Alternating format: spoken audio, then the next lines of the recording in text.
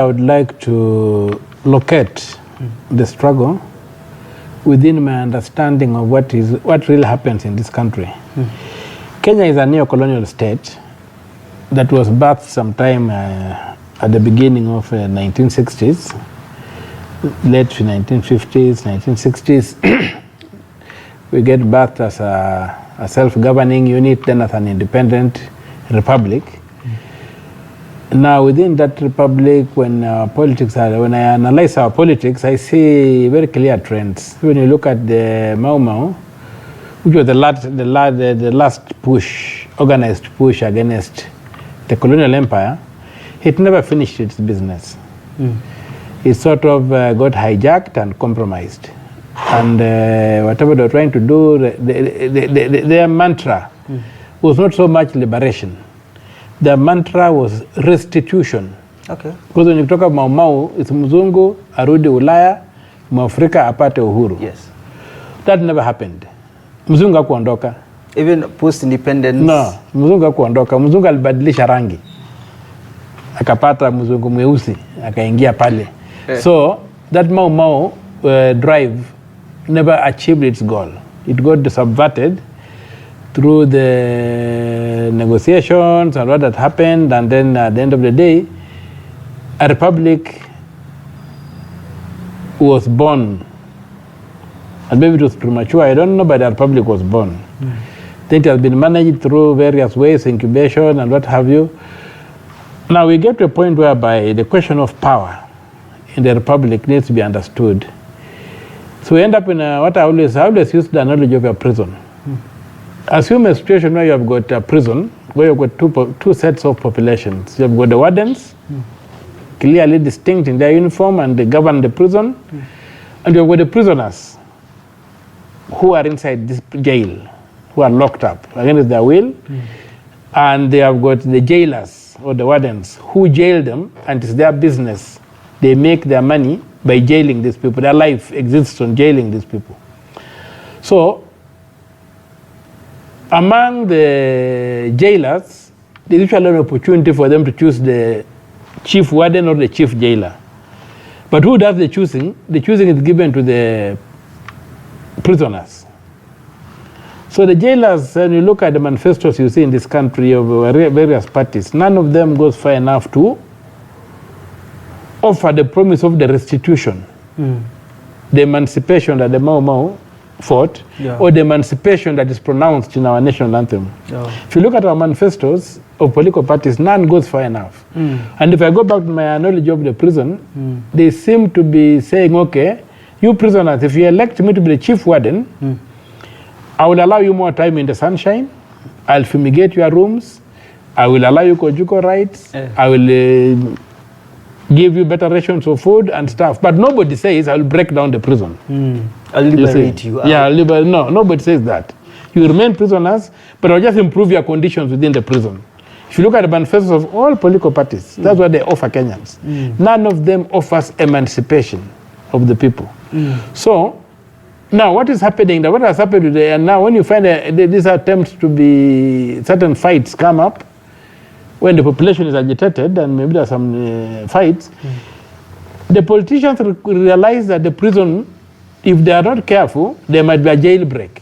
The prisoners might escape and they'll have no prison. Yes. They'll have no livelihood. So they go back together. They regroup and they close ranks and say it doesn't matter who is the chief. What matters is that the prison stays intact.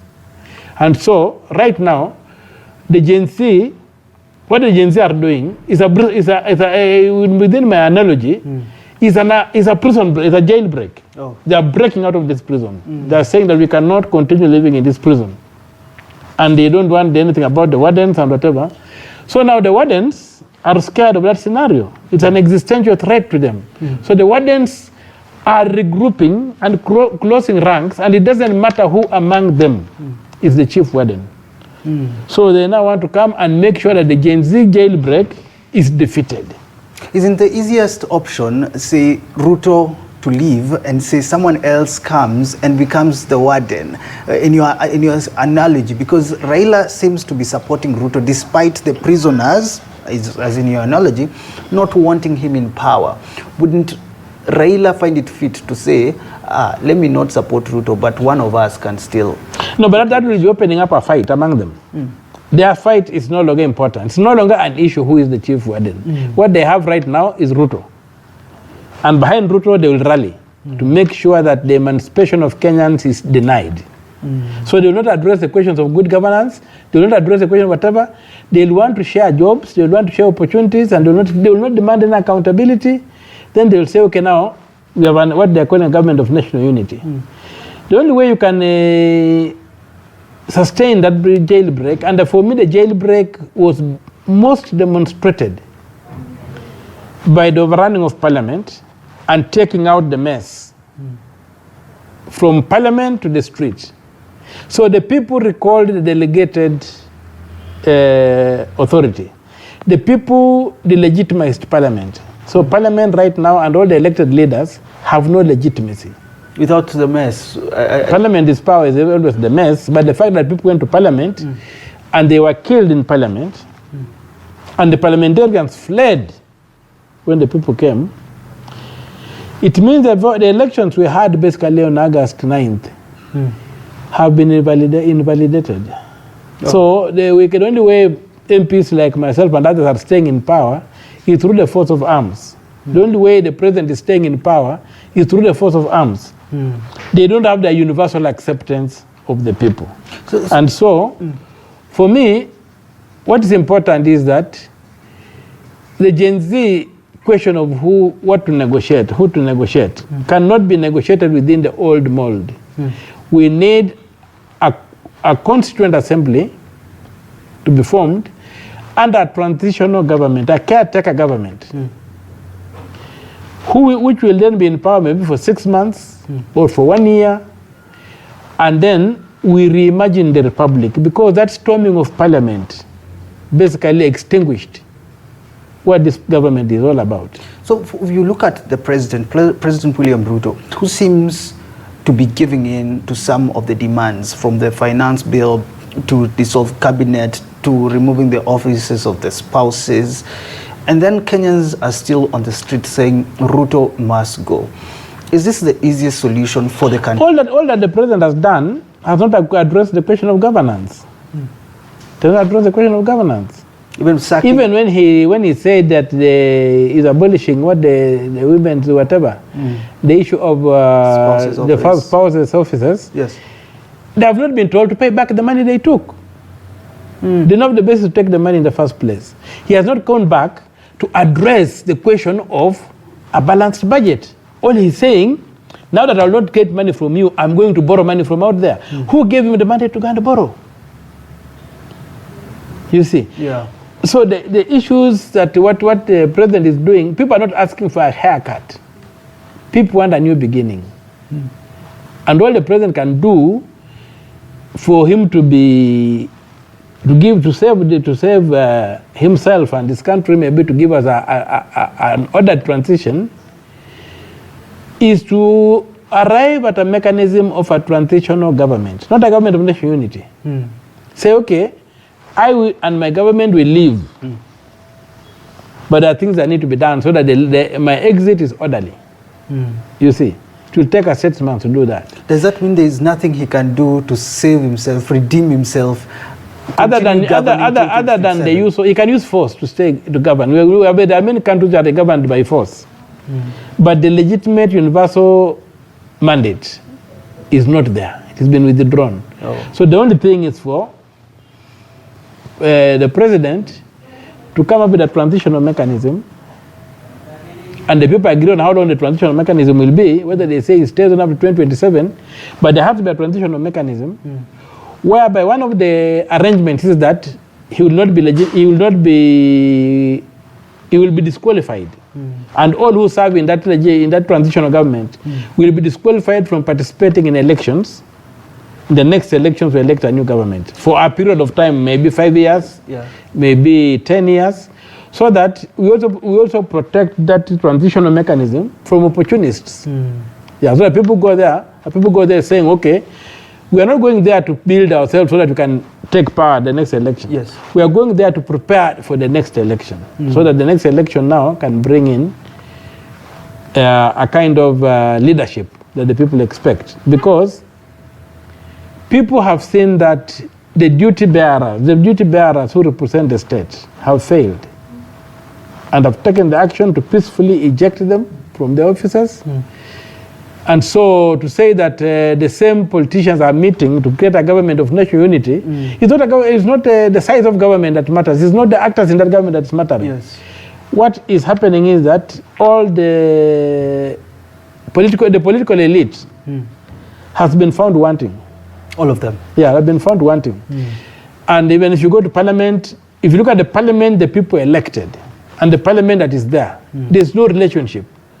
The people did not elect a majority on the side of Kenya Kwanza. The majority was on the side of Azimio. And so, when the current parliament has got a majority on the side of Kenya Kwanza, that majority is false. So Ruto has been ruling with a false majority. If those people who were elected in the various formations had stayed in their formations, then they would be representative of the aspirations of the people and they would be representing the people. Yeah. But the moment they moved and altered the composition of parliament, they lost that legitimacy. They lost the power to represent. They were now representing themselves. Yes. Not the people elected. You know, at the back of my mind, I'm thinking about the Deputy President Rigathi Gachagua immediately after the protest on Tuesday, June 25th. They said, we were the darling of the people. Where did the rain start beating us? You've assessed the situation with Kenya Kwanza. You've looked at where we are now. Where did the rain start beating them? Where the UDA, yellow fever, was in the country, hustler nation in the country. What happened, Senator? What happened? Well, for me, I think that what happened is that they rode a false wave. They deceived the Kenyans. And they deceived the Kenyans to a point whereby, and they mixed a mixture of, there was a mixture of fanaticism and whatever. So the Republic was sort of discretion, and the discretion of the Republic by Ruto and his group, which we include the Rigiji and others, yes, was fanatically used evangelical Christianity as an instrument in the service of that deceptive ideology of emancipation. Bottoms up is basically emancipation of the masses. Yes. That are going to get the masses from their current deprivation, yes, and give them a new beginning. That one is what the people are rejecting. And the people are saying, okay, you deceived us, but the way forward for us is fidelity, is service to the Republic and fidelity to the Republic through the rule of law, which is soundly anchored in the Constitution. The rule of law soundly anchored in the Constitution. We have got laws that are unconstitutional in this country. That's why it's very important that the laws that we use are anchored in the Constitution. The Public Order Act, for example, is an unconstitutional thing that the police keep on invoking. So we need the rule of law soundly anchored in the Constitution. So ultimately, is to uphold, to defend, and promote the Constitution of Kenya.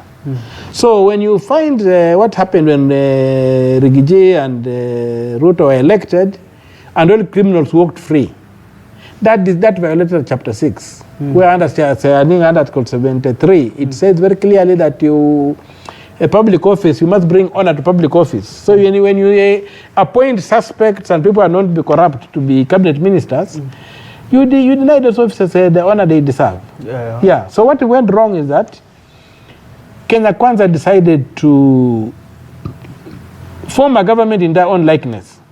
They knew they were crooks, they were thugs, so they formed a government of thieves by thieves for thieves. You're calling it on their own likeness. Yeah, their own image. And that's what now Kenyans are saying, Allah, kumbe ilikuwa fisi imejificha kwa ngozi ya kondoo, is a hyena or a wolf in a sheepskin. So when Kenyans realized that Kenya Kwanza was a wolf in sheepskin, they took up arms to kill the wolf. And that's why they're on the streets and saying, no, this is not what we wanted. This is not what we voted for. Yeah. So for me, it is so Rigiji should not be surprised. His own image, his image is not what Kenyans don't want. Image where you have got wealth, you can't explain. You have acquired this, you can't explain. That's what the Kenyans don't want. Now you look at the Gen Z-led protests in the country, a lot of killings. According to records, 50. People assume maybe more. You know, you look at how government is trying to deal with them, tried to ban. Court comes, says that order is unconstitutional. You can't ban people from going to the streets. Their reasoning was because we don't have a leader as Gen Z. They're trying to make gradual steps into dealing with this situation. How do you assess what government is trying to do? I think basically what is happening is this. The Gen Z do not have, it is not true that the Gen Z don't have a leader. The Gen Z have a leader in the name of the Constitution of Kenya, 2010. And they are pointing out that they implement this constitution. We want to be governed under a constitutional dispensation, not under the whims of men. Yeah. So the leadership with the Gen Z is rule of law anchored in the constitution. So they may not have a biological leader, or they may have, but they have got a point, a reference point they're referring to, and they are rallying everybody to say, okay, do what the law requires you to do. Yeah. So they are not. They know that we are not under a military rule. They know that we are not a dictatorship. They know that we are a republic. And that's why they're making those demands. The name Republic of Kenya is what the Gen Z are calling out. The national anthem, listen to it and listen to the Gen Z. That is it. They are being patriotic. So they don't need another human being to call them out. Article 3. And to represent them. Article 3, Clause 1 is what the Gen Z are implementing. It says every person has the obligation to uphold, defend, and promote this constitution. That is the leader of the Gen Z. And no biological person can perform that.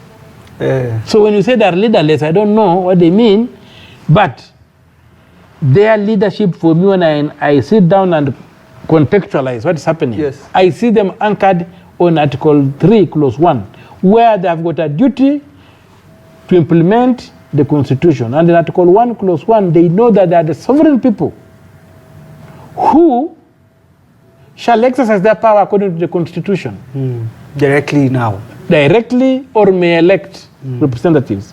So now directly, Article 3 does not call on representatives. 3 Clause 1. Article 3 Clause 1 calls on each and every person to stand up and defend the Constitution.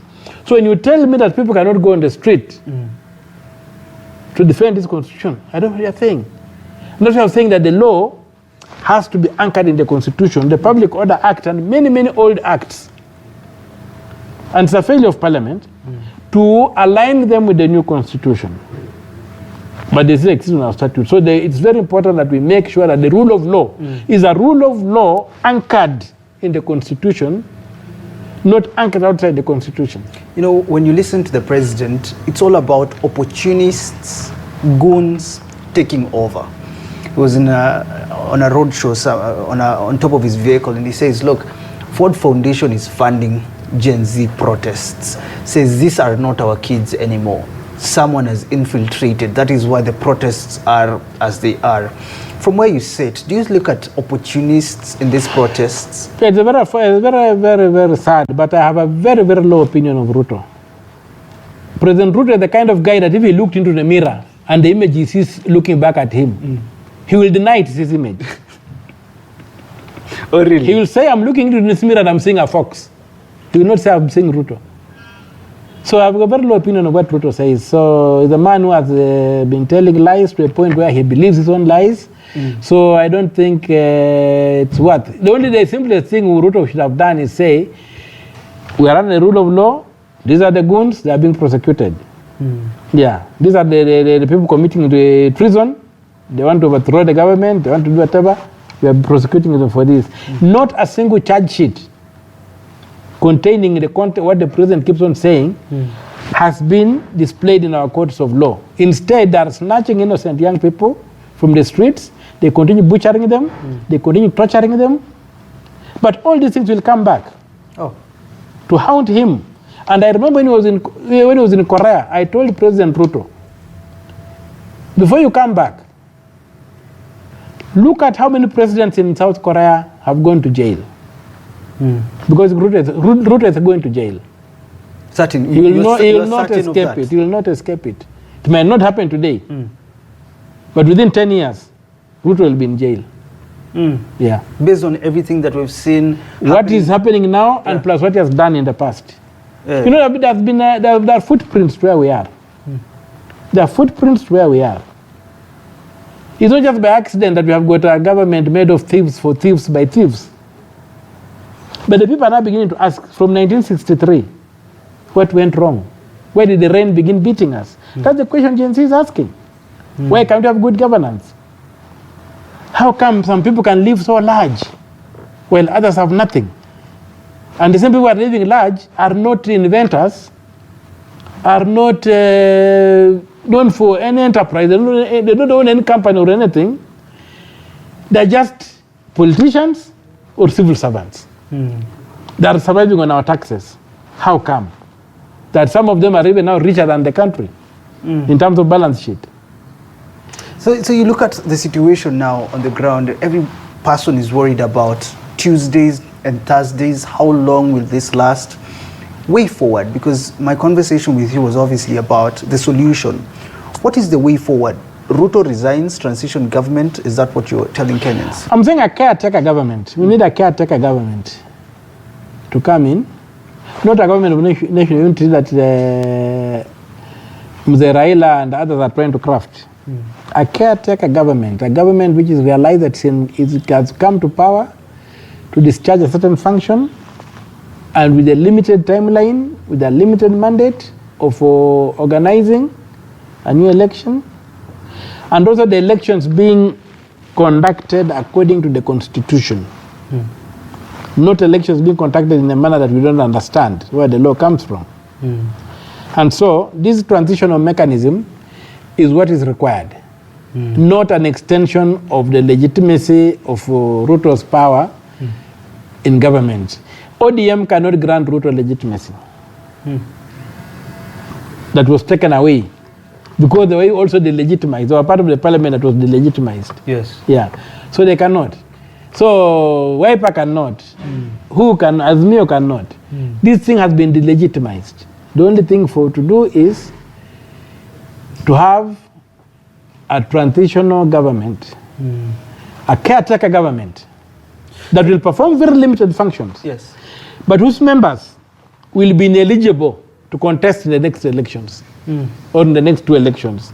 Ineligible. Yeah, so that we only get people of integrity, people who are statesmen coming into this transitional mechanism, not opportunists who will come in and think that they've got a platform to promote themselves. Anybody who will want to have a political life immediately after the transitional mechanism should not participate in that transitional mechanism. You know, the conversation in the country is also about cabinet secretaries. The president is expected to forward the names.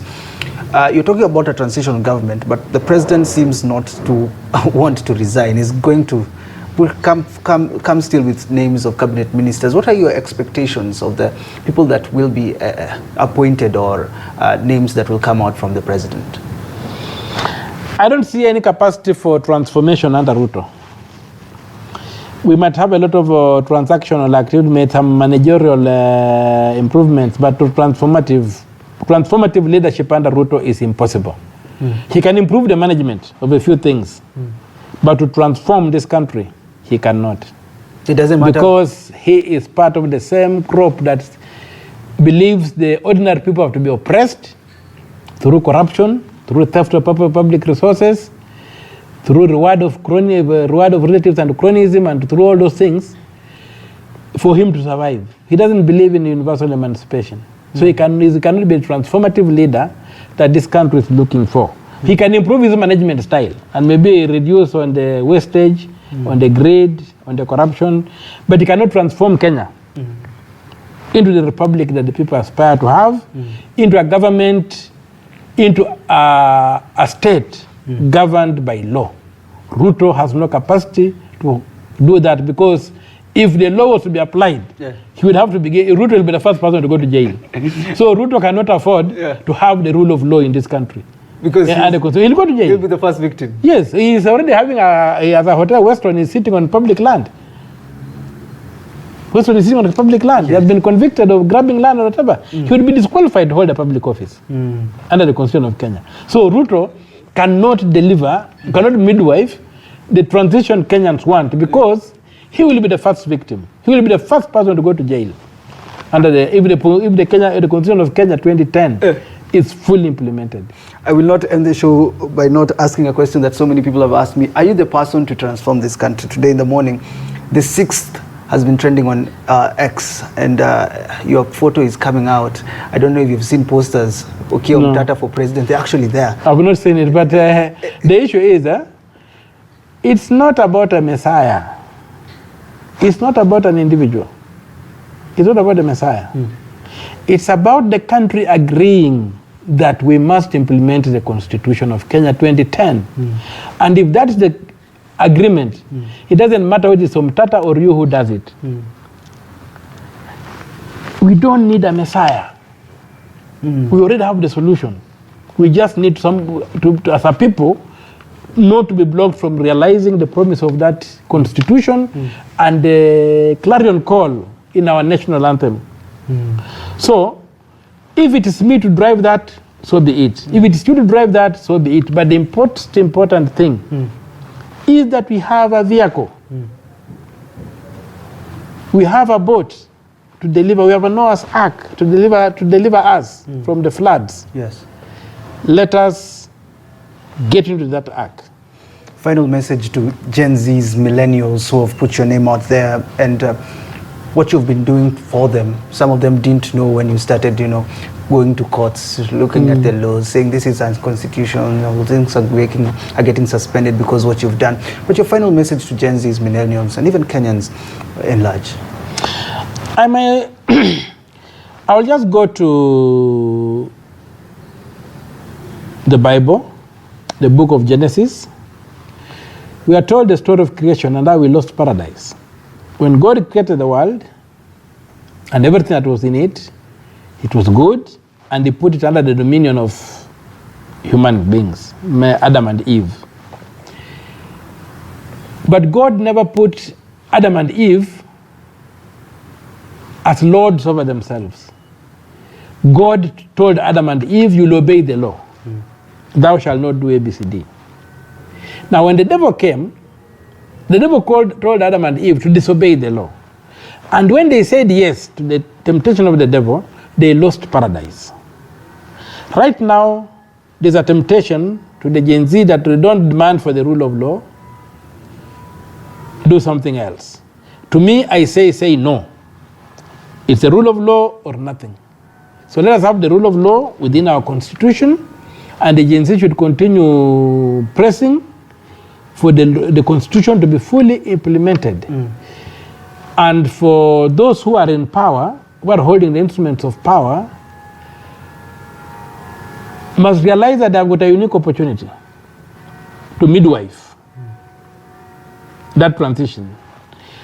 And that opportunity is through a caretaker government, which can then create mechanisms for proper elections to be held, which are constitutional. Because when the election that we elected Ruto was unconstitutional, we had something called bombers, where they were tallying results and whatever. If you look at our constitution, Article 138 says that where there are two or more candidates are cleared to run for president, there shall be an election in each constituency.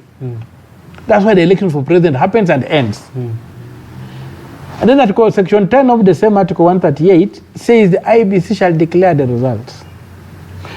When you come to Article 86, Clause B and C, Clause B says the presiding officer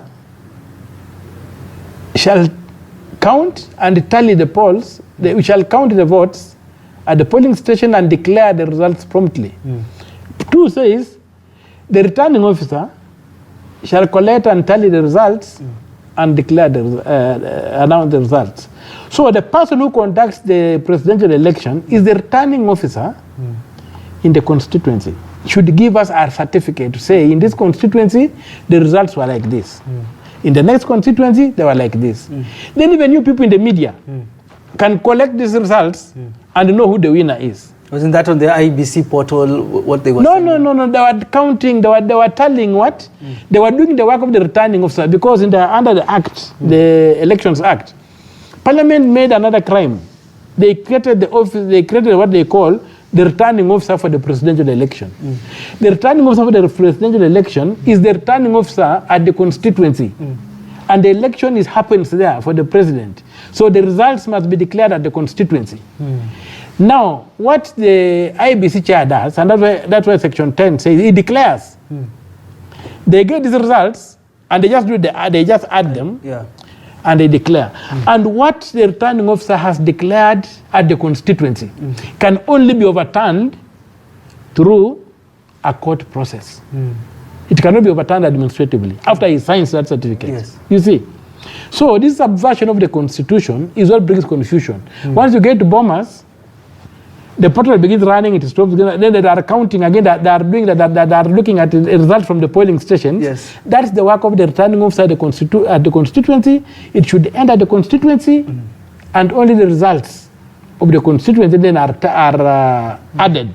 And then the other computations are done. Have you received the minimum requirements? Yes. 50% plus 1. Have you acquired at least 25% in more than half the counties? Then you are declared. So what you're basically saying, even if we have a caretaker government, we have to tie in some loose nuts. We must get the election. That's what I'm saying. We must implement the constitution.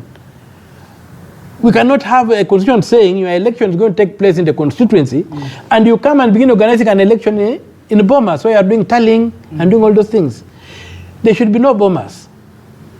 They should, even now, like you, a media house, should be able to have 290 people in the constituencies. They call you, say, here, the returning officer has declared to the winner, these are the results, and you are doing your calculator. Then you can say, okay, from the way I'm seeing, we are calling these results for candidate A, not candidate B. And candidate B should be able to see that and say, okay, I've lost this thing. Even before it is declared, let me congratulate the other guy.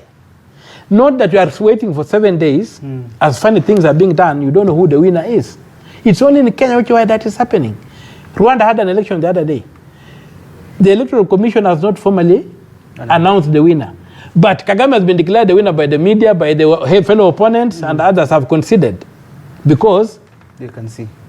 They were, at the very level, they were there. So the question of making it so mysterious after the vote is where the problems come in, and we are unable to get a legitimate leader, because even where one has won legitimately, the kind of contestations and the questions that are asked deny him that legitimacy. So for me, what I'm saying is that the end game is that we implement the constitution fully through a caretaker government. Then we have the elections. All right, that is Senator Okiya. Omtatah says the rule of law